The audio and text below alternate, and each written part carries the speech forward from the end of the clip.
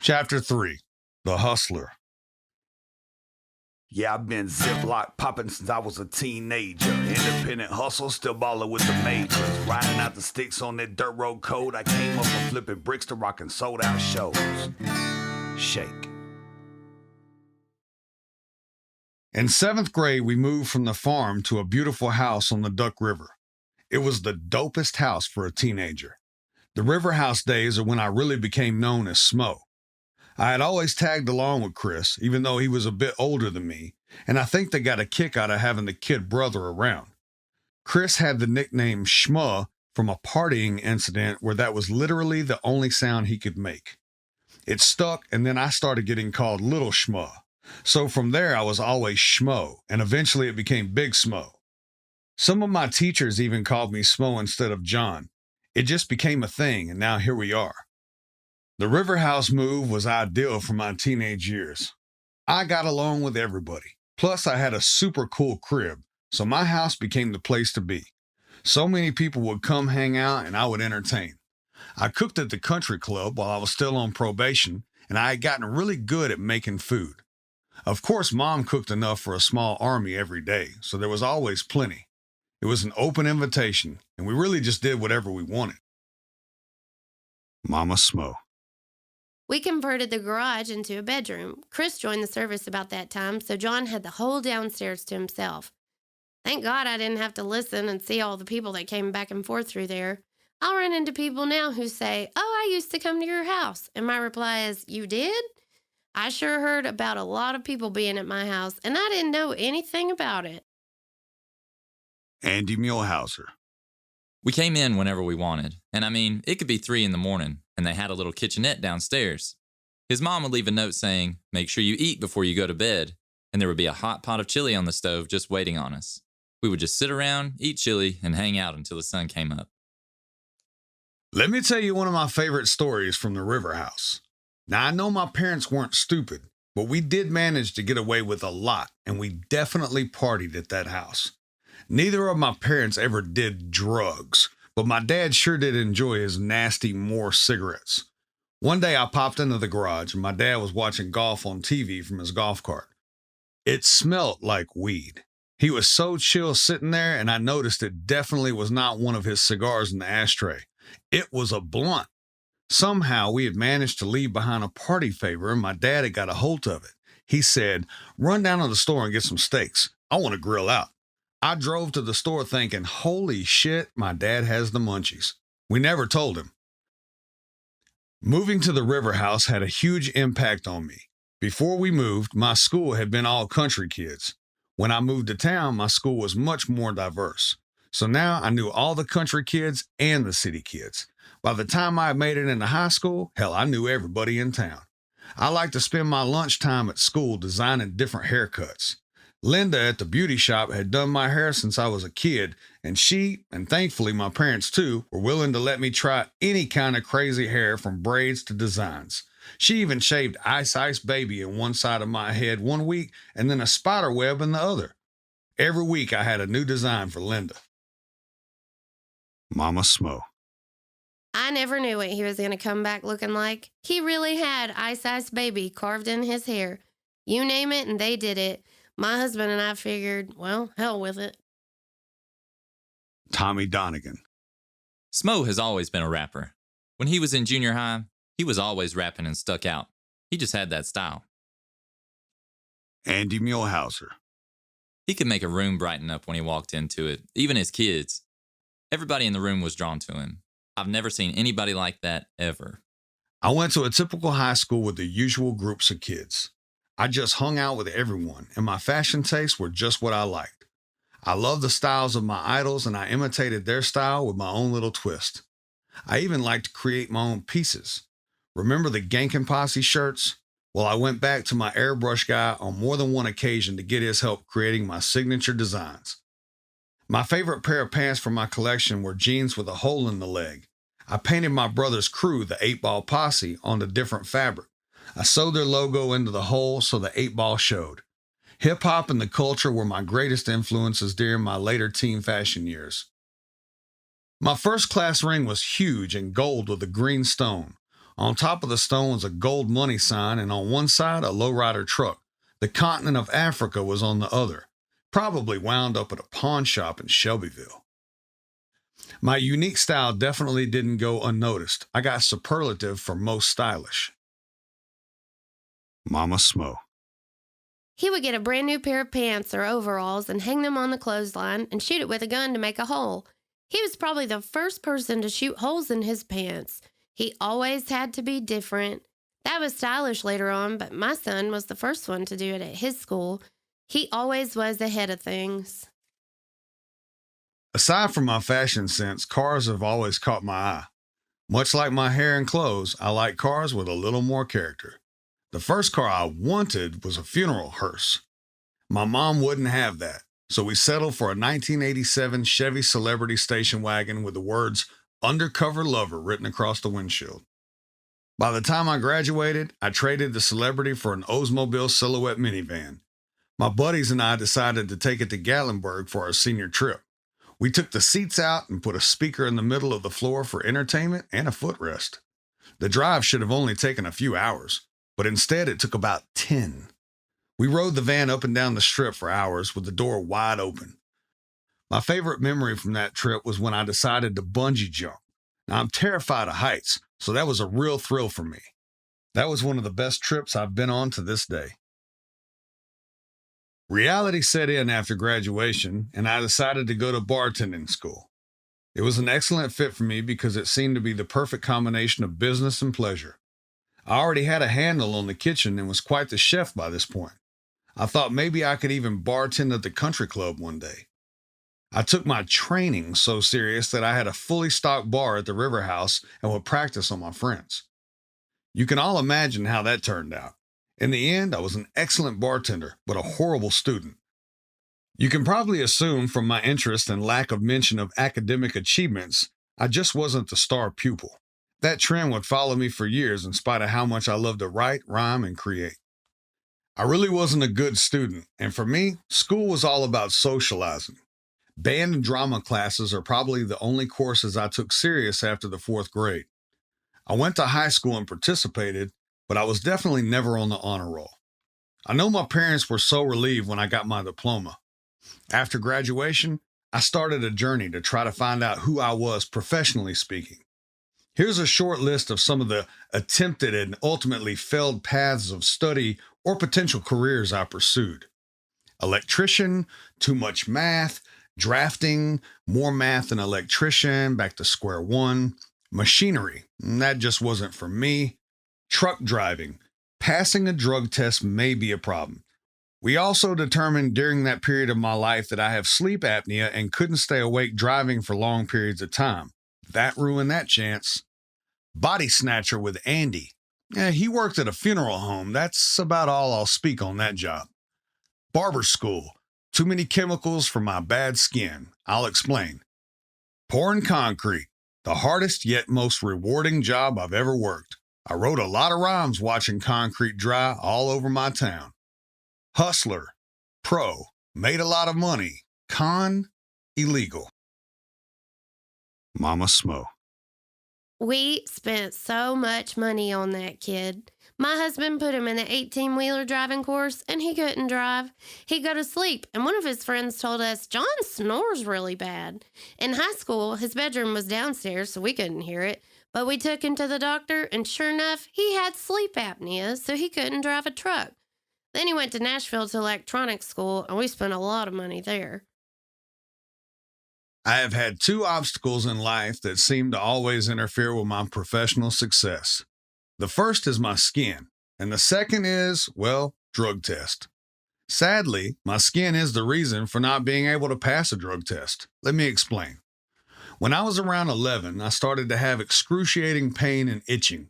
It was poison ivy to some doctors and an allergic reaction to others. All the while, chunks of my skin were falling off, and over 80% of my body had raw open wounds. Needless to say, this was painful and of course embarrassing. I know a lot of people comment on how outgoing and friendly I was as a kid, but in reality, it was not easy to deal with a disease that everyone can see. My condition made me angry and reclusive at times. That, and because I was a kid on probation, and that's what led me to start writing. I spent a lot of time alone and miserable in my early teen years, and it got to me. Writing literally helped me through those times. We continued to go to doctor after doctor to find a solution and some relief. In the most unexpected way, I met the best medicine for my problem. Like I said, Chris and his buddies always let me tag along. They would even let me party with them when I was way younger. It seemed like a funny idea to get little schmuh high, so I went along with it. That little bit of pot, and I had instant relief. Sometimes I think people are shocked to know that I'm an advocate for cannabis research and medical use. Everyone thinks I'm just about cedar pine for a good time, but I will tell you that from the day I was introduced to marijuana, I have found no other medicine that cures what ails me like she does. That being said, I started my cannabis journey at a very young age. After that first time, I became a big fan of Mary Jane, and I don't mean my mama. My first job was working at the pencil factory in town. I would leave high school and work half the day there. I showed up with bandages, and someone asked what was wrong. By this age, I was used to the shocked looks and gaping mouths. Immediately, I was let go because I was a health hazard to be around so much lead with raw skin. I got fired from food services and turned away from interviews. I felt like a failure, and on top of that, I was in so much pain. I thought I would never be successful, but I was spending a lot more time with Tyrone. I learned that no one in the dope game cares about my skin. Slowly but surely, I was making lots of money. I tried all the jobs and trades that my dad suggested and funded, but they just weren't for me. It dawned on me one day that I should try something that I was passionate about. I would go to barber school. Now, my skin problems began when I was 11, so I now had over a decade of dealing with my condition. At one point, I thought I might lose the outer part of my ear because it had gotten so bad. I wrapped myself in cloth diapers because the bandages had become so costly. Each week, I'd go get cortisone shots to help, and of course, I just kept toking. So here I am wanting to go to barber school with this going on with my body. Mama SMO. He was going to barber school, and when he interacted with the chemicals there, his skin would break out, and he had to quit. He had a skin problem. It was pitiful. His hands looked like someone ripped all of his skin off. It was just red, raw, and he couldn't stand water to touch it and couldn't stand to sit, really. He was on disability for several years because every time he'd try a job, his skin would act up. He worked at 2 country clubs in the kitchen until he got involved with some kind of chemical and would break out and would have to quit that job. It wasn't long after starting barber school that my skin took a turn for the worst. I couldn't have my hands in chemicals or water. I felt defeated and it made me angry. I decided to hell with school. I want to make money. Tyrone had a spare bedroom in Murfreesboro, so I went to live with him. We pooled our resources and hit the ground running as a team. I want you to understand, I don't want anyone to think I was out selling drugs because it was easy money. I was a young guy and I wanted to provide and take care of myself. I wanted to prove it to everyone. That pride, coupled with so many failures, motivated me to be a real hustler. Andy Muehlhauser. Tyrone taught us everything about hustling. He was older than us and could get you whatever you wanted, and that's what he did for a living. At first it was fun. We were all grinding and had a good hookup through Tyrone, so we were making great money. Tyrone Watts. We had more than one apartment, one for this and one for that. Right outside on the porch, we had a camera with a mic. Now we could see and hear anyone when they pulled up outside our door. My new job was pretty easy because we lived in the largest college town in the state. Demand was definitely higher than supply, so we were always busy. Our apartment was a fortress. Now, being young dudes in a dangerous profession, or maybe it was just paranoia, we took our home security very seriously. We had a kick-proof door, surveillance cameras, and an arsenal. One night, our door was getting kicked, and Tyrone flipped the TV on to see the outside cameras. Outside, 3 guys with ski masks were standing there trying to rob us. They kicked and kicked, but never got in. They took off, and we followed them, but we never caught up. The next time someone kicked on our door, we weren't so lucky. Tyrone Watts. I'll never forget because there was a tornado coming through Murfreesboro. I remember when the cops got to the door, they came in and said, "Yeah, we know about this apartment." I woke up being shaken by the cops asking me where the dope was. They tossed the room and only found stems and seeds, so I ended up getting a simple possession charge. We might have gotten away with it until they brought that canine dog. The second I saw that German Shepherd let itself out of the patrol car and waltz right into our apartment without a leash, we were screwed. Big time. Sure enough, they found Tyrone's stash in the vacuum cleaner and we both got charged. Tyrone protested it was his and that I shouldn't get charged, but they put us both in cuffs and drove us straight to 940 for booking. My dad came not too long after I called him. He told the officer that he would be bailing us both out. I remember the cop thought my dad was only there for me, but he learned quickly that Killer showed up for the duo. Tyrone Watts. When we got arrested in Murfreesboro, his dad came down to get us, and I think our bonds were like $35,000 each. I had access to the money, I just didn't have it with me there. So his dad comes down and says, "Yeah, I'm gonna get them out." And I'll never forget, the officer calls him to the side and says, "The black guy too?" Oh man, Carl lost it and yelled, "Where's your superior? Hell yes, the black guy too." He was wild with it. I can't believe this shit. The black guy too? Get them out of there, both of them. I want them out of there right now, and I want to see your superior. I said, "Mr. Carl, let's just go. It's all good." And he said, "No, I want to talk to somebody because that doesn't make any sense." On the ride back to our apartment, he was hot. I can't believe that guy, the black guy too. He just kept saying that over and over. It seemed like he was more pissed about that than us being arrested. When we got back to apartment, he said, "Okay guys, you're on the radar now, so I want you out of here. Pack your stuff." We both moved back to the River House. Tyrone stayed with me at the River House after the arrest and we hired the same attorney. Oddly enough, my skin condition wound up being the reason I didn't have to serve jail time, but I did get my probation majorly extended. I would have been a liability in jail because of the weeping wounds, and they decided it was best for me to serve my punishment at home. Even crazier, the medication that I was on for my skin caused a false positive for marijuana, so I basically didn't have to worry about passing a drug test anymore.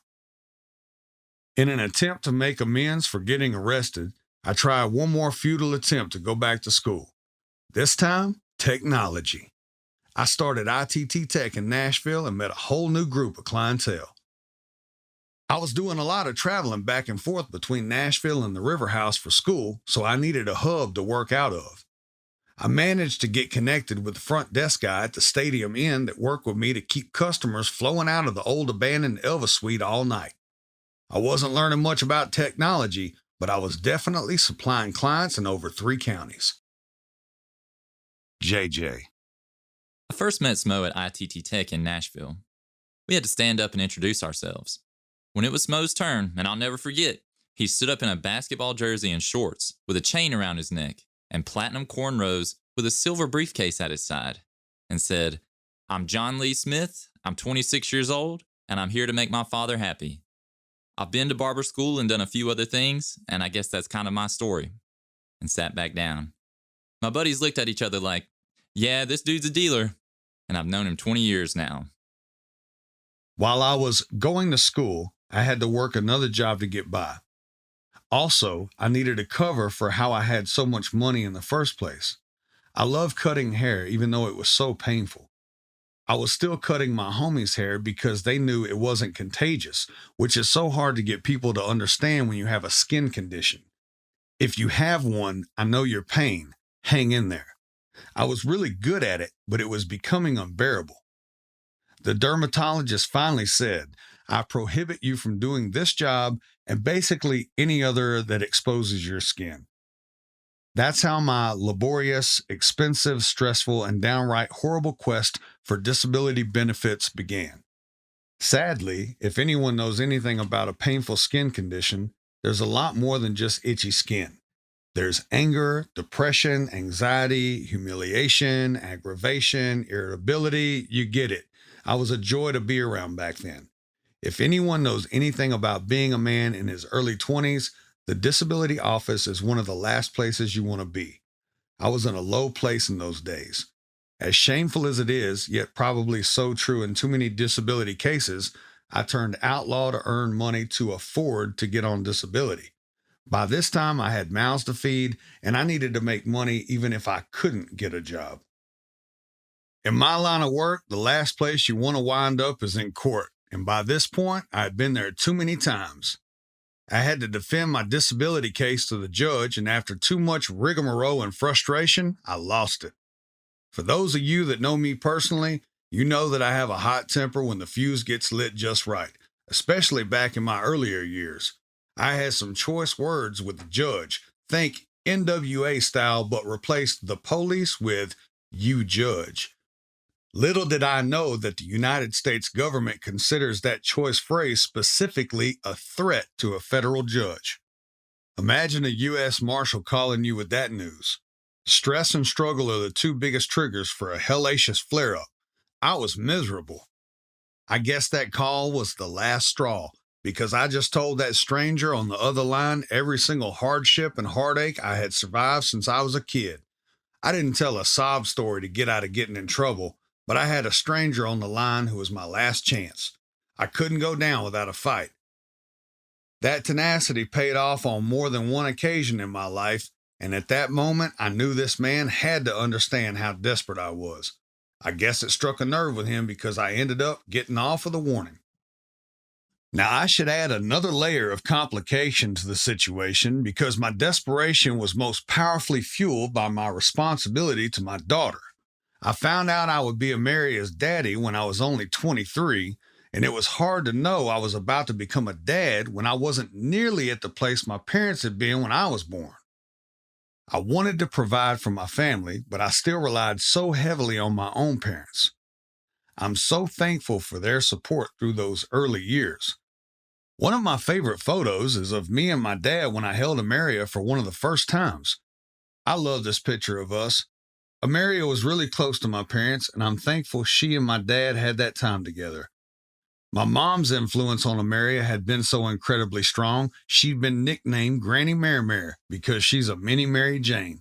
Actually, Amaria and Lanica are both mini Mary Janes. Needless to say, I had put my folks through the ringer. With the disability benefits, I was able to provide the necessities for my family so that I could quit cutting hair. I worked odd construction and cash jobs for buddies, and all the while, I kept the Elvis suite at the top of the Stadium Inn rocking with business. ITT Tech didn't pan out, but I had met JJ and he was now part of my team. After I moved back to the River House, I linked up with some old buddies of mine that were into music. I was laying low a lot more, and since I was back home, I had a lot more time to write. My buddy Adam Cataldo had an apartment with a studio in Wartrace. He had a drum machine and an 8-track Tascam recorder. I was fascinated by him, so he said I could take him home and mess with him. Once I got him set up, I connected a Radio Shack microphone and some of my dad's headphones. That's when I wrote one of my first raps, The Dope Game.